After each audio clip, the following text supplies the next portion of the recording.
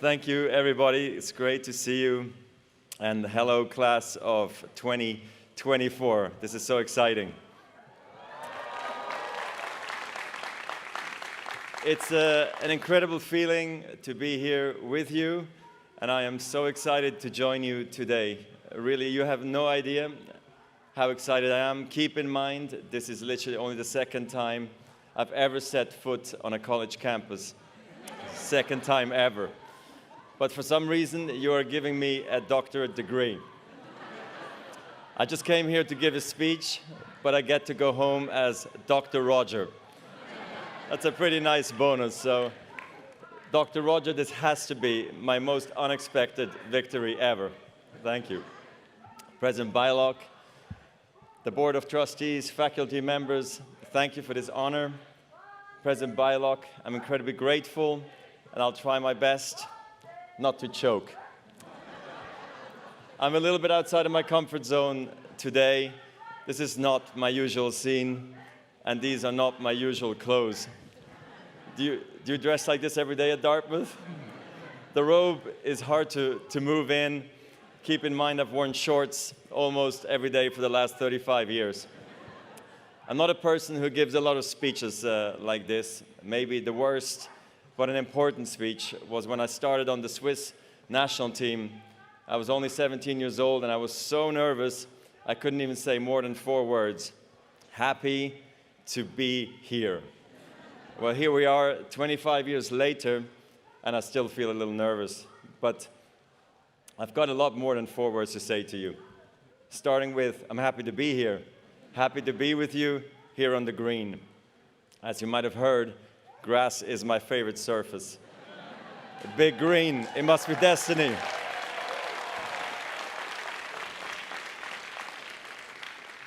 And there's another reason I'm here, and I can sum it up in 2 words. Beer pong. Or pong, as you call it, and I guess you can all call it what you like. I'm told Dartmouth invented it.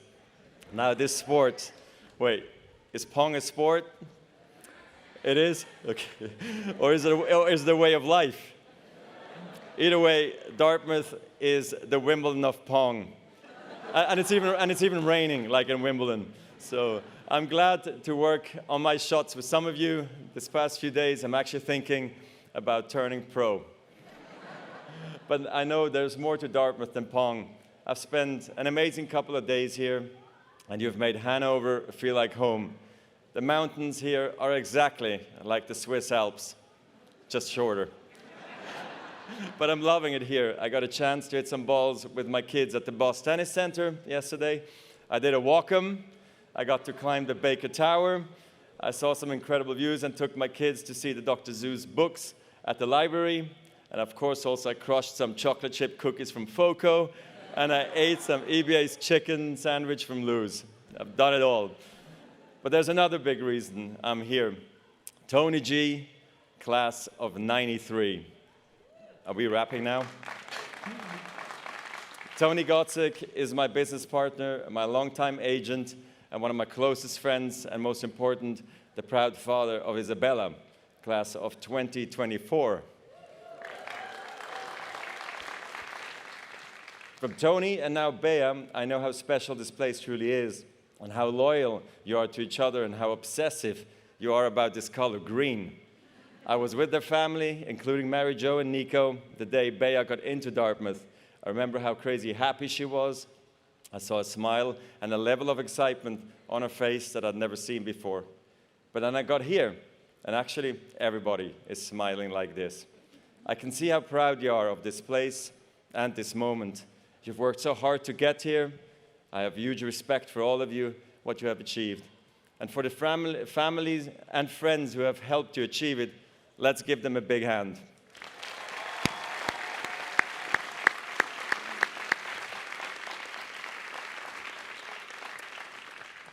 I'm even more impressed because I left school at the age of 16 to play tennis full-time, so I never went to college. But I did graduate recently. I graduated tennis. I know the word is retire. Roger Federer retired from tennis. Retired, the word is awful. You wouldn't say you retired from college, right? It sounds terrible. Like you, I've finished one big thing and I'm moving on to the next. Like you, I'm figuring out what that is. Graduates, I feel your pain. I know what it's like when people keep asking what your plan is for the rest of your life. They ask me, now that you are not a professional tennis player, what do you do? I don't know, and it's okay not to know. So what do I do with my time? I'm a dad first, so I guess I drive my kids to school. I play chess online against strangers. I vacuum the house. No, in truth, I'm loving the life of a tennis graduate. I graduated tennis in 2022, and you are graduating college in 2024. So I have a head start in answering the questions of what's next. Today, I want to share a few lessons I've relied on through this transition. Let's call them tennis lessons. I hope they will be useful in the world beyond Dartmouth. So here's the first. Effortless is a myth. I mean it. I say that as someone who has heard that word a lot. Effortless. People would say my play was effortless. Most of the time, they meant it as a compliment. But it used to frustrate me when they would say he barely broke a sweat. Or he's even trying. The truth is, I had to work very hard to make it look easy. I spent years whining, swearing, throwing my racket before I learned to keep my cool. The wake-up call came early in my career when an opponent at the Italian Open publicly questioned my mental discipline. He said, Roger will be the favorite for the first 2 hours, then I'll be the favorite after that. I was puzzled at first, but eventually I realized what he was trying to say. Everybody can play well the first 2 hours. You're fit, you're fast, you're clear, and after 2 hours, your legs get wobbly, your mind starts wandering, and your discipline starts to fade. It made me understand I have so much work ahead of me, and I'm ready to go on this journey. I get it. My parents, my coaches, my fitness coach, everyone had been calling me out. And now even my rivals were doing it. Players, thank you. I'm eternally grateful for what you did because you made me work harder. So I started to train harder, a lot harder actually. But then I realized winning effortlessly is the ultimate achievement. I got that reputation because my warm-ups at the tournaments were so casual that people didn't think I'd been training hard. But I had been working hard before the tournament when nobody was watching. Maybe you've seen a version of this at Dartmouth. How many times did you feel like your classmates were racking up A after A without even trying while you were pulling all-nighters? Loading up on caffeine maybe, or crying softly in a corner of Sanborn Library? Hopefully, like me, you learned that effortless is a myth. I didn't get where I got on pure talent alone. I got there by trying to outwork my opponents. I believed in myself, but belief in yourself has to be earned. There was a moment in 2003 when my self-belief really kicked in. I was at the ATP finals where only the best 8 players qualify, and I beat some of the top players I really admired by aiming right at their strength. Before, I would run away from their strength. If a guy had a strong forehand, I would try to hit his backhand. But now, I would try to go after his forehand. I tried to beat the baseliners from the baseline. I tried to beat the attackers by attacking. I tried to beat the net rushers from the net. I took a chance by doing that. So why did I do it? To amplify my game and expand my options. You need a whole arsenal of strength. So if one of them breaks down, you've got something left.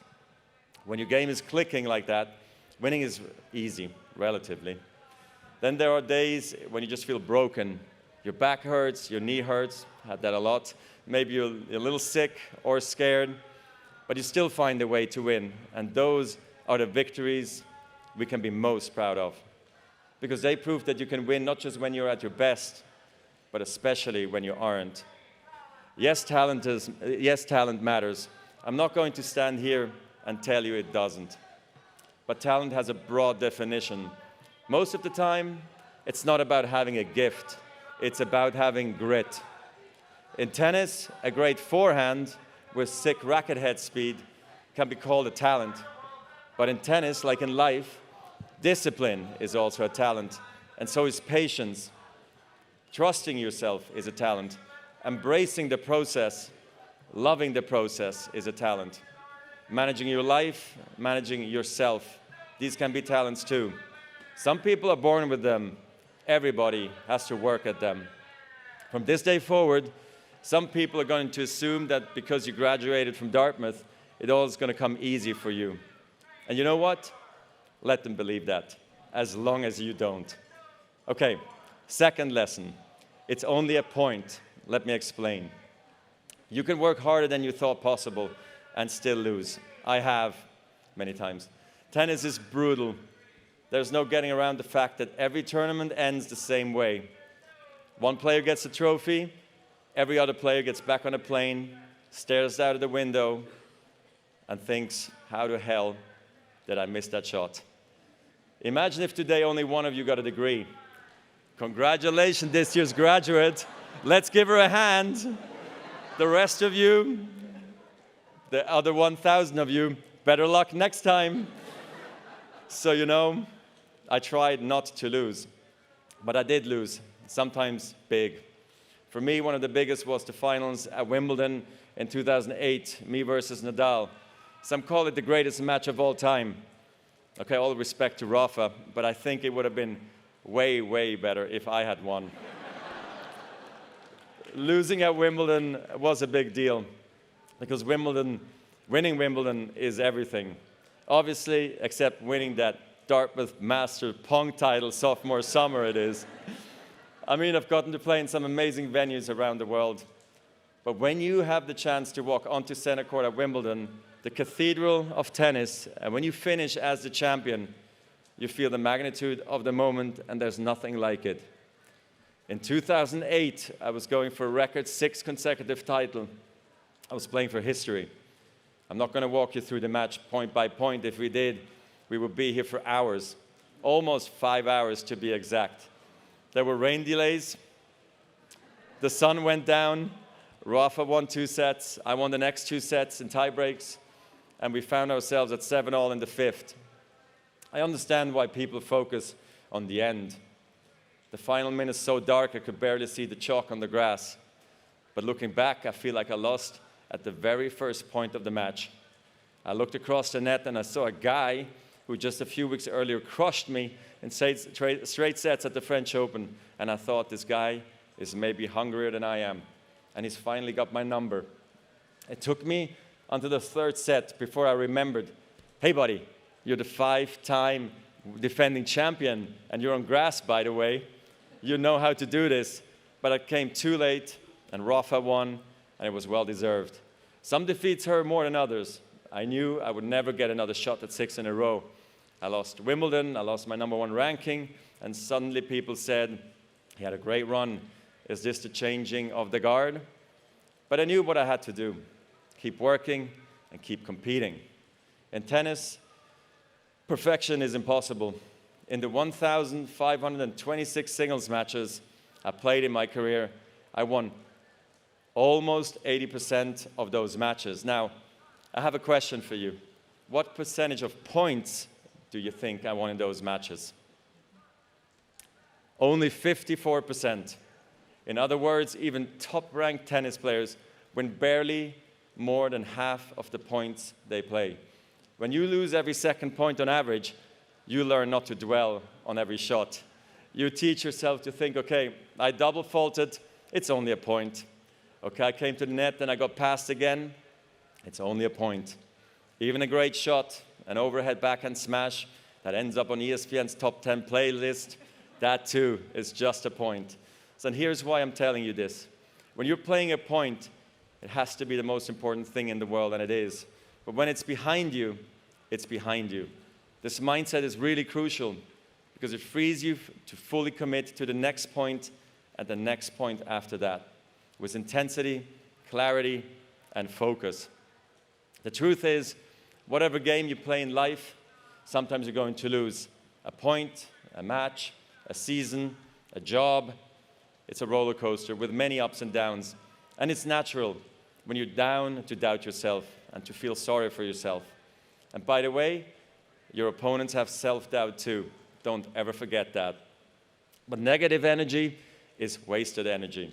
You want to become a master at overcoming hard moments. That is, to me, the sign of a champion. The best in the world are not the best because they win every point. It's because they know they'll lose again and again and have learned how to deal with it. You accept it, cry it out if you need to, and then force a smile. You move on, be relentless, adapt and grow, work harder, work smarter. Remember, work smarter. Lesson 3. Are you guys still with me? For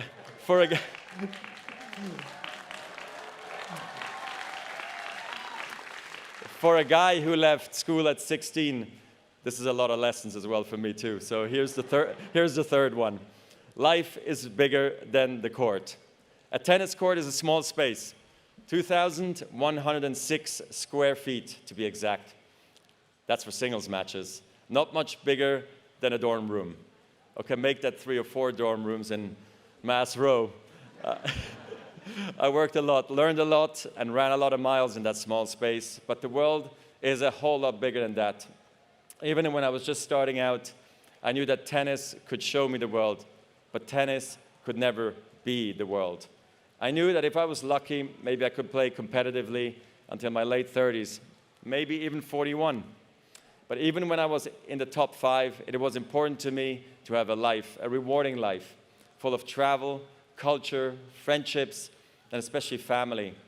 I never abandoned my roots. I never forgot where I came from.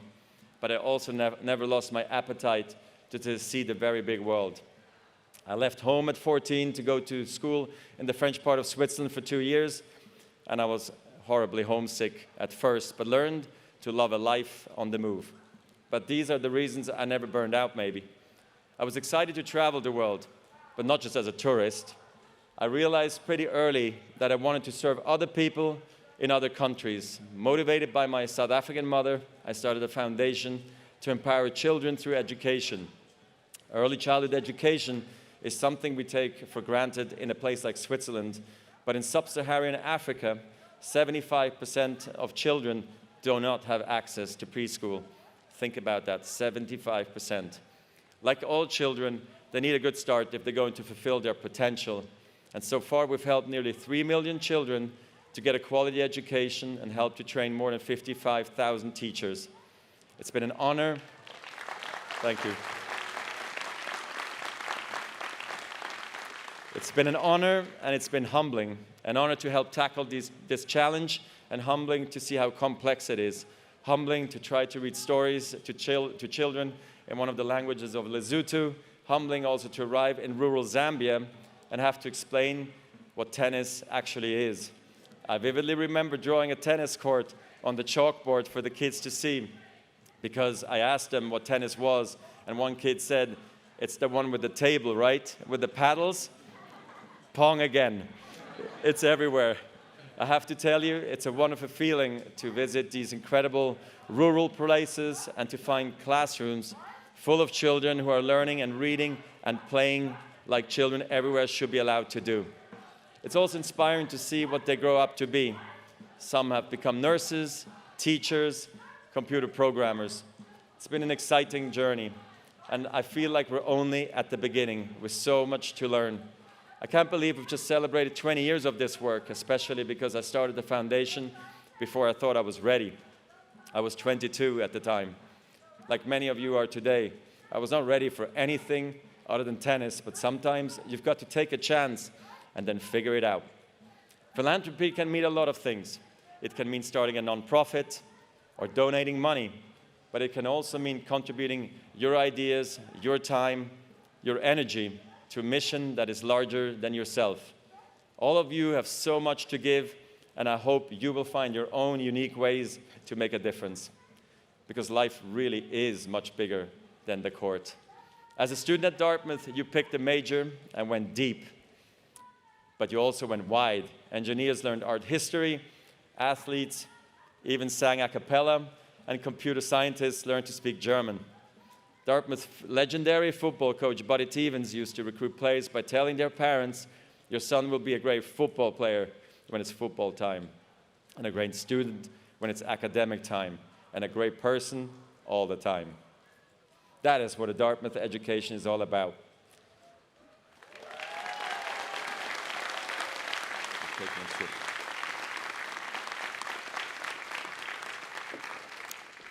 Tennis has given me so many memories, but my off-court experiences are the ones I carry forward just as much. The places I've gotten to travel, the platform that lets me give back, and most of all, the people I've met along the way. Tennis, like life, is a team sport. Yes, you stand alone on your side of the net, but your success depends on your team, your coaches, your teammates, even your rivals. All these influences help you to make you who you are. It's not an accident that my business partnership with Tony is called Team 8. A play on words, teammate. All the work we do together reflects that team spirit, the strong bond we have with each other and our colleagues, and the athletes we represent, and with partners and sponsors. These personal relationships matter the most.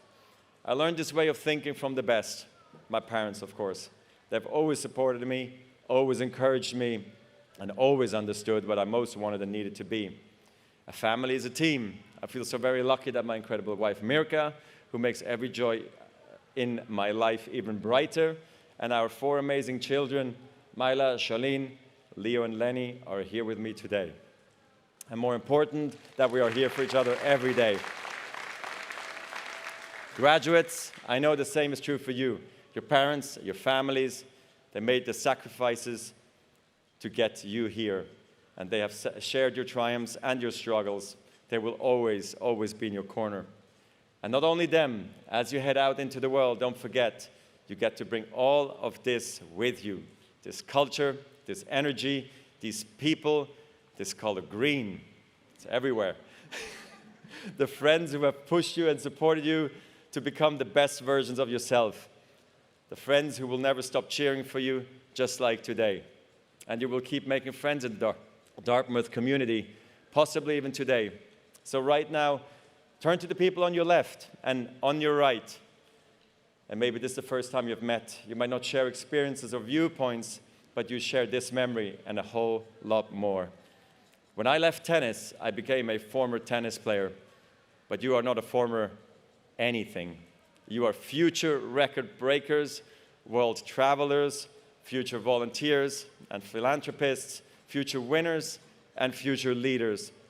I'm here to tell you from the other side of graduation that leaving a familiar world behind and finding new ones is incredibly, deeply, wonderfully exciting. So there, Dartmouth, are your tennis lessons for the day. Effortless.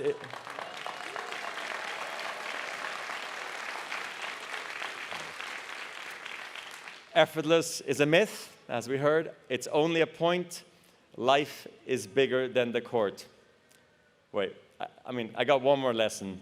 President Bylock, can I have my racket real quick? Thank you. Okay, so for the forehand, for those who play tennis, you'll want to use an Eastern grip, okay? You keep your knuckles apart, just a little bit. Obviously, you don't want to squeeze the grip too hard. Switching from forehand to backhand should be easy. Also remember, it all starts with the footwork.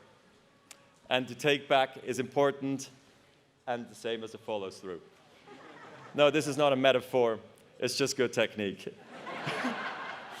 Dartmouth, it has been an incredible honor for me. Thank you for the honorary degree. Thank you for making me part of your really big day. I'm glad I got to meet so many of you these past few days.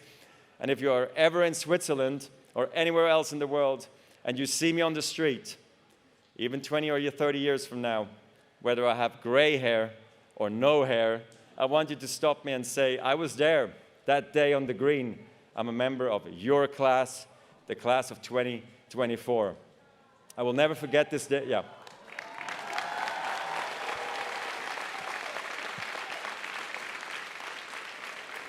I will never forget this day, and I know you won't either. You have worked so hard to get here and left nothing on the court or the pong table. From one graduate to another, I can't wait to see what you all do next. Whatever game you choose, give it your best.